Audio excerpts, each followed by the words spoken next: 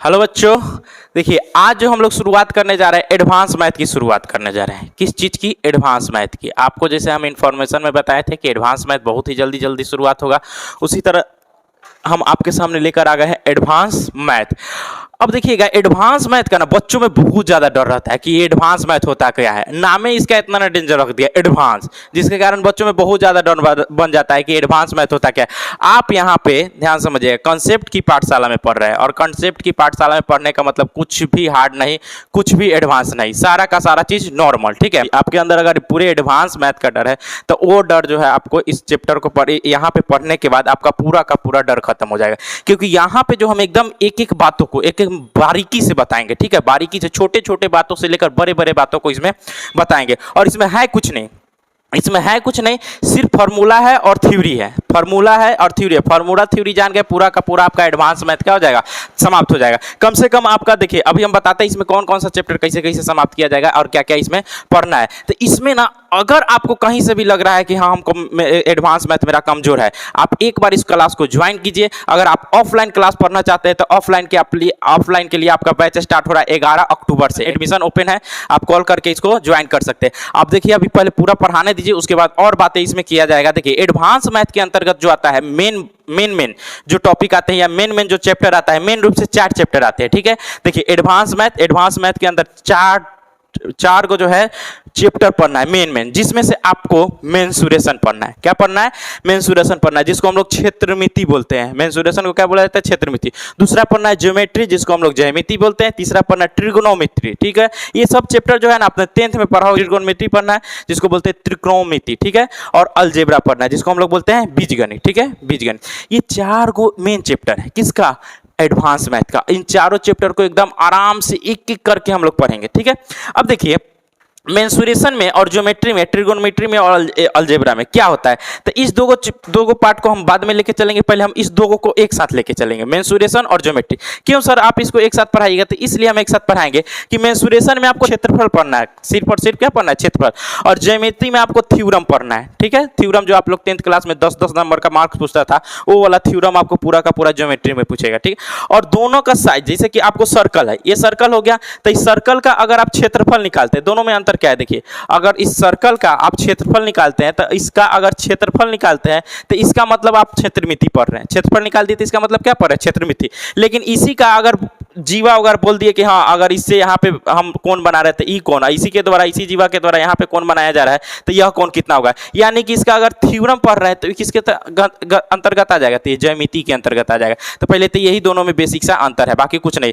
इसलिए हम दोनों चीज को, मेंसुरेशन और ज्योमेट्री का एक साथ लेके चलेंगे और इसका इसका थ्योरम और इसका क्षेत्रफल निकालना दोनों एक साथ सिखा देंगे। ठीक है, कैसे? कोई दिक्कत? तो अभी आप लोग टॉपिक डालिएगा मेंसुरेशन एंड ज्योमेट्री, एक साथ टॉपिक डालना है मेंसुरेशन एंड ज्योमेट्री। देखिए एक बार और बता रहे हैं कि अगर आपके अंदर एडवांस मैथ का, आपके रगों में अगर एडवांस मैथ के डर का खून दौड़ रहा है तो उस खून को हम निकाल कर एकदम बहादुरी वाला खून डाल देंगे। कहीं से किसी प्रकार का आपको डर इस चैप्टर में, तो इस एडवांस मैथ में तो कहीं से भी नहीं रहेगा। ठीक है, किसी भी प्रकार का कोई प्रॉब्लम नहीं छोड़ेंगे, क्योंकि बेसिक से हाई लेवल तक पूरा जाएंगे। तो चलिए इसको आप स्क्रीनशॉट ले लीजिए और उसके बाद टॉपिक डालिएगा मेंसुरेशन एंड ज्योमेट्री। जल्दी से लीजिए। देखिए अब यहाँ पे ना आपको टॉपिक डाल लेना है, क्या चीज? Geometry plus mensuration. हम दोनों को एक साथ पढ़ाएंगे। ठीक है, दोनों को आपको क्या करना है? एक साथ पढ़ाना है। देखिए हम यहाँ पे ना आपको बिंदु से स्टार्ट करेंगे। किस चीज से स्टार्ट करेंगे? बिंदु से स्टार्ट करेंगे। बिंदु से रेखा पढ़ाएंगे, रेखा के बाद आपको वृत्त पढ़ाएंगे। यानी कि आपको बिंदु से स्टार्ट करके अब पूरा 3 डायमेंशनल तक पढ़ाएंगे, पूरा का पूरा। ठीक है, घन, घनाभ, शंकु, गोलाई, सारा का सारा चीज पढ़ाएंगे। तो यहाँ पे स्टार्ट करेंगे हम बिंदु से, बिंदु के बाद पढ़ाएंगे रेखा, रेखा के बाद पढ़ाएंगे वृत्त, वृत्त के बाद त्रिभुज, त्रिभुज के बाद 2D और 3D आ जाता है। ठीक है, तो 2D किसे कहते हैं? तो 2D फिगर में होता है जिसमें लंबाई चौड़ाई हो, और 3D क्या होता है? जिसमें लंबाई चौड़ाई ऊंचाई हो। धीरे धीरे आपको सारा चीज क्लियर हो जाएगा। ठीक है, तो आपको पहले ये वाला टॉपिक डाल लीजिए, ज्योमेट्री प्लस मेंसुरेशन। ठीक है, अब हम आते हैं यहाँ पे मेन जो पहला टॉपिक है उसको स्टार्ट करते हैं। पहला जो आपके पास टॉपिक है उसको स्टार्ट करना है, उसे हम लोग कहते हैं बिंदु। ठीक है, पहला टॉपिक डालिए जिसको कहा जाता है बिंदु। ठीक है, हम आपको बताएं बिंदु से लेकर हाई लेवल तक। तो पहला टॉपिक हो जाएगा बिंदु, जिसको हम लोग पॉइंट्स बोलते हैं। क्या बोलते हैं? पॉइंट बोलते हैं। ठीक है, इसको क्या बोलते हैं, पॉइंट बोलते हैं। अब देखिए बिंदु क्या होता है, सर बिंदु क्या होता है, तो बिंदु बताइए। तो देखिए बिंदु क्या होता है, वैसा आकृति, बिंदु क्या होता है, ध्यान समझ जाइएगा, हम लिखवाएंगे नहीं लेकिन आपको वीडियो को पॉज करके लिख लेना है, ठीक है। देखिए वैसा आकृति ना जिसमें लंबाई हो, ना चौड़ाई हो, ना ऊंचाई हो, न लंबाई हो, न चौड़ाई हो, न ऊंचाई हो, देख रहे कुछ है इसमें, न लंबाई है, न चौड़ाई है, न ऊंचाई है, तो इसको हम लोग क्या कहते हैं, इसको हम लोग कहते हैं बिंदु। क्या कहते हैं, बिंदु। दूसरा बिंदु नहीं समझ लेना सब, बिंदु, ये वाला बिंदु, देखो ये वाला बिंदु, बिंदी वाला बिंदु, ठीक है।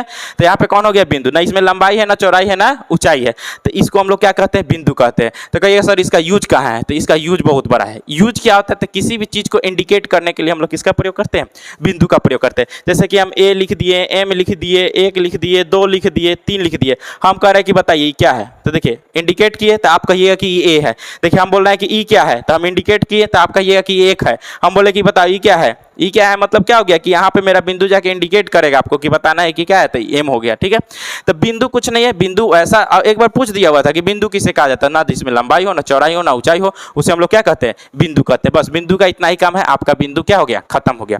अब देखिए एक एक चीज कोरिलेट करके समझते जाइएगा, एक एक चीज जो है कोरिलेट करके समझिएगा, क्या आगे हम बता रहे हैं, तो आगे समझिएगा आगे हम क्या कह रहे हैं। देखिए एक तो हो गया आपका बिंदु, ये क्या हो गया, बिंदु हो गया। अब जरा देखिए तो बहुत सारे बिंदु को हम मिलाते हैं, बहुत सारे क्या करते हैं, बिंदु को मिलाते हैं। एगो ये बिंदु हो गया, फिर ये दूसरा बिंदु हो गया, ये तीसरा बिंदु हो गया, ये चौथा बिंदु हो गया, पांचवा बिंदु, छठा, ऐसे कर करके हम अनंत बहुत सारे बिंदु को क्या करते हैं, आपस में मिलाते हैं। तो देखिए बहुत सारे बिंदु को जब हम मिलाते जाएंगे ना, तो इससे निर्माण, इससे बन जाएगा रेखा, इससे क्या बन जाएगा, रेखा बन जाएगा, यानी इससे बन जाएगा लाइन, इससे क्या बन जाएगा, लाइन।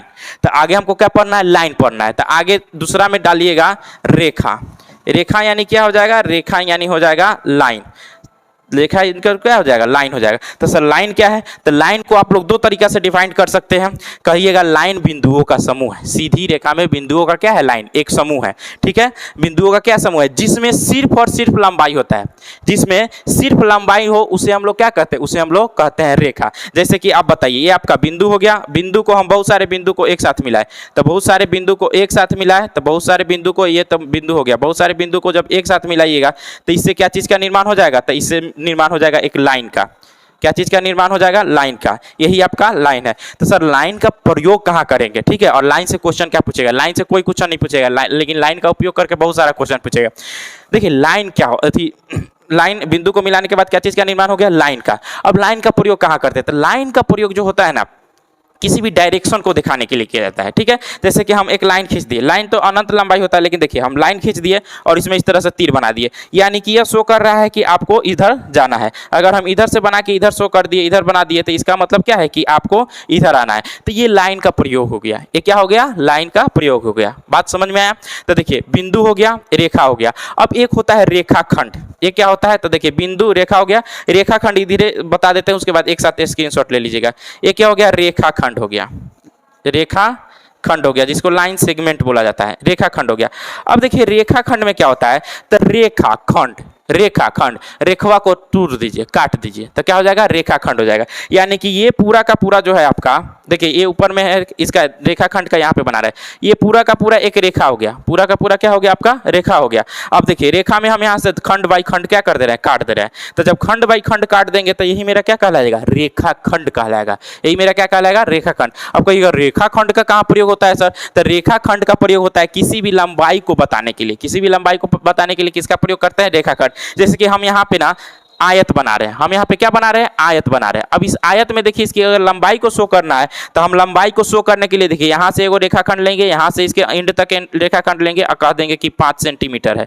तो ये किसी को शो कर रहा है, लंबाई को शो कर रहा है। तो किसी भी चीज को लंबाई को बताने के लिए हम लोग किसका प्रयोग करते हैं, रेखाखंड को प्रयोग करते हैं। देखिए तो बिंदु क्या होता है समझ में आया, रेखा क्या होता है समझ में आया, और रेखाखंड क्या होता है समझ में आपको आ गया होगा, ठीक है। अब इसका एक स्क्रीनशॉट लीजिए जल्दी से। अब देखिए बच्चों, अब यहां से जो है मेन स्टार्ट होता है समांतर रेखा। यहां से आपके एग्जाम में, कंपटीशन एग्जाम में, कोई भी कंपटीशन एग्जाम हो, वहां से यहां से क्वेश्चन आपको पूछता है समांतर रेखा से, यानी कि यहीं से क्वेश्चन पूछना स्टार्ट करता है। वो तो हम 3 बताए हैं कोरिलेट करने के लिए कि कैसे कोरिलेट किया जाएगा। अब समांतर रेखा किसे कहते हैं, तो सर समांतर रेखा किसे कहते हैं, तो हम लोग रेखा का निर्माण कर दिए थे। रेखा का निर्माण किससे होता है, 2 बिंदुओं के समूह को हम लोग क्या कहते हैं, रेखा कहते हैं, जिसमें सिर्फ और सिर्फ क्या होता है, लंबाई होता है। अब यहाँ पे देखिए समांतर रेखा रेखा किसे कहते हैं? तो दो ऐसी रेखा, दो देखिएगा, ध्यान समझिए इसका डिफिनीशन, आप लोग पॉज कर करके इसको लिख लीजिएगा। दो ऐसी रेखा जिसके बीच में अंतर समान हो, हमेशा अंतर क्या हो? समान हो। दो ऐसी रेखा जिसके बीच का अंतर हमेशा समान होता है उसे हम लोग समानांतर रेखा कहते हैं, या समांतर लिखे। देखिए समांतर, समांतर मतलब क्या? समान अंतर, रेखा मतलब लाइन, तो वैसी लाइन जिसके बीच में समान अंतर हो उसे हम लोग क्या कहते हैं? समांतर रेखा कहते हैं। जैसे रेल की पटरी देखिए, रेल की पटरी देखिए ना, हर जगह उसका अंतर क्या हो जाएगा? समान होगा, इसलिए उसको हम लोग क्या कहते हैं? समांतर पटरी कहा जाता है। तो ये यहाँ पे क्या हो गया? समांतर रेखा हो गया। अब समांतर रेखा में एक और चीज आता है, तिर्यक रेखा। समांतर रेखा में एक तिर्यक रेखा आता है। तिर्यक रेखा किसे कहते हैं? तो जो दो समांतर रेखाओं को काटने का काम करती है उसी को हम लोग क्या कहते हैं? तिर्यक रेखा कहते हैं। जो दो समांतर रेखाओं को काटने का काम करते हैं उसे हम लोग क्या कहते हैं? तिर्यक रेखा कहते हैं। और इसमें ना बहुत सारा आपको जो है, बहुत सारा जो है आपको थ्योरम देखने को मिलेगा। क्या क्या सर थ्योरम देखने को मिलेगा? तो ध्यान से समझिए। जैसे कि हम बोल रहे हैं ये ए है, ई बी है, ई सी है, ई डी है। उसके बाद ई कौन मेरा ई, ए वाला कौन जो हो गया डी, ई वाला कौन ई, ई एफ, ई जी और एच हो गया। ठीक है, ये आप लोग 10th में पढ़े हुए हैं, लेकिन यहाँ पे ध्यान से समझ लीजिए, एक बार और हम पढ़ा देते हैं। तो देखिए इसमें तीन तरह का कोण होता है। एक होता है एकांतर कोण, एक होता है अंतः कोण और एक होता है संगत कोण। ठीक है, एकांतर कोण, अंतः कोण और संगत कोण।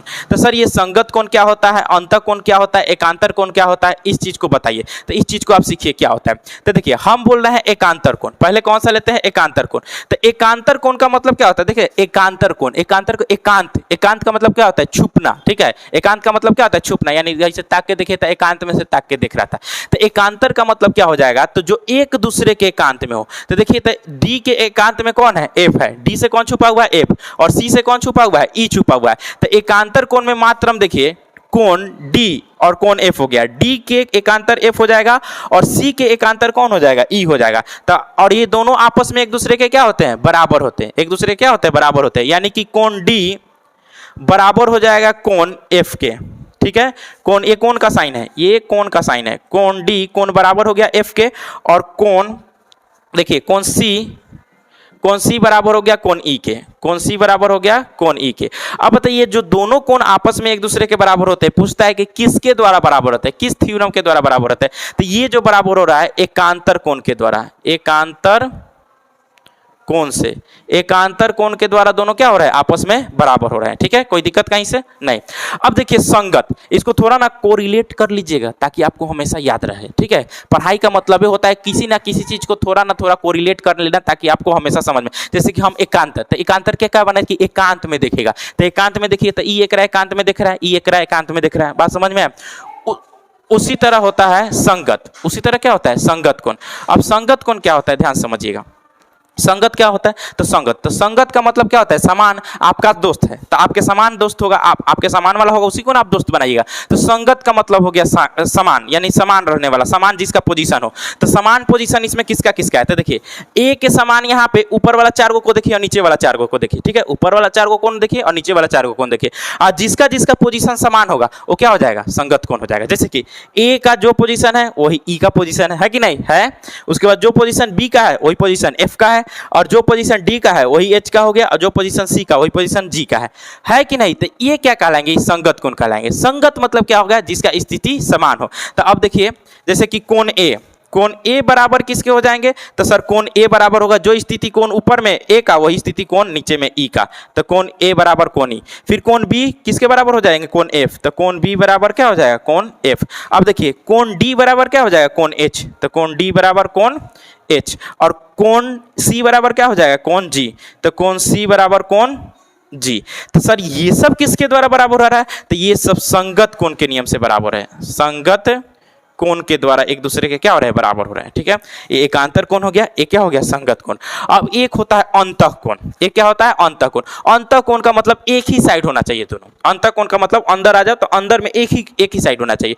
तो अंतः कोण कौन कौन होगा? तो देखिए अंतः कोण, तो देखिए तो एक के साइड कौन कौन दिखाई दे रहा है? सी होगा और ये होगा। इसमें कहीं से कोई बैरियर है? नहीं है। आप कहिएगा सर बी और जी कहाँ है? तो बी में, अब बी और जी में कई गो बैरियर? इतना को लाइन घेर दे रहा है, इसको इसके यहाँ पे लाइन घेर दे रहा है। लेकिन सी और एफ तक आने में कहीं से आपको कोई लाइन नहीं मिल रहा है, कोई भी लाइन क्रॉस नहीं कर रहा है। यानी कि ए एक दूसरे के क्या है? अंतः है। एक दूसरे के क्या है? डी और ई भी एक दूसरे के क्या है? अंतः है। तो अंतः कोण में देखिए अंतःकोण में एक नियम होता है कि अंतःकोण जो होता है ना, अंतःकोणों का योग बराबर नहीं होंगे अंतःकोण, लेकिन अंतःकोणों का योग जो होता है 180 डिग्री का होता है। अंतःकोणों का योग कितना होता है? 180 डिग्री का होता है। तो देखिए कोण सी, पहले अंतःकोण कौन कौन है? तो सर कोण सी और कोण एफ है। तो कोण सी प्लस कोण एफ इज इक्वल टू कितना हो जाएगा? 180 डिग्री। और कोण डी और कोण ई, कोण डी प्लस कोण ई कितना डिग्री हो जाएगा? 180 डिग्री। ये सर किसके कारण हुआ? तो ये हुआ अंतःकोण के कारण, अंतःकोण के कारण। ठीक है, बात समझ में आया? इतना में किसी को कोई दिक्कत नहीं। अब देखिए जैसे ही आप इतना चीज जान गए, यानी कि इसको हम लोग थ्योरम बोलते हैं। ठीक है, ये क्या होता है? थ्योरम होता है। जैसे ही आप इसका थ्योरम जान गए, अब क्वेश्चन आप उड़ा दीजिएगा। क्वेश्चन क्या कर दीजिएगा? उड़ा दीजिएगा। यानी क्वेश्चन आपसे जो पहले हिल नहीं रहा था, अब उस क्वेश्चन को आप उखाड़ के फेंक दीजिएगा, उखाड़ के।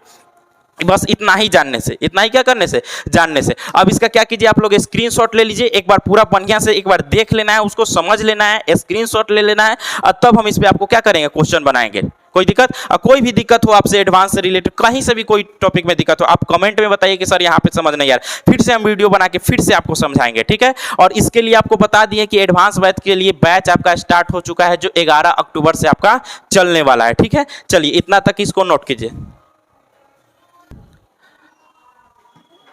देखिए अब ये जो है ना, इसमें जो है इतना आप लोग तो थ्योरी पहले ध्यान में रखिएगा। इतना क्या करना है? थ्योरी पहले ध्यान में रखना है, और इतना थ्योरी ध्यान में रख के आइएगा। और इस पे ना है क्वेश्चन एकदम आराम से पूछता है। जैसे इस पे क्वेश्चन क्या पूछेगा, एक हम हिंट्स दे रहे हैं, बाकी आपको पूरा का पूरा क्वेश्चन हम कराएंगे। देखिए जैसे कि इसमें क्वेश्चन क्या पूछेगा, बोलेगा कि दो लाइन दे दिया, दो लाइन एक दूसरे के क्या है? पैरेलल काट रहा है। अगर बोलेगा कि बताइए यहाँ पे जो है x का मान 50 डिग्री दिया हुआ है, x का मान 50 डिग्री दिया हुआ है, तो y का मान बताइए क्या हो जाएगा? y का मान इक्वल टू, तो देखिए यहाँ से यहाँ तक जाने का हमको बहुत सारा रास्ता है, यहाँ से यहाँ तक बनाने का बहुत सारा रास्ता है। एक तो चीज बात समझिए कि अगर एक लाइन है, एक लाइन पे अगर तीसरी लाइन आती है, इसको काट दिया, तो इधर वाला कोण और इस वाले कोण दोनों का x and y equal to, x and y equal to कितना हो जाता है? 180 डिग्री। एक होता है थ्योरम ये होता है।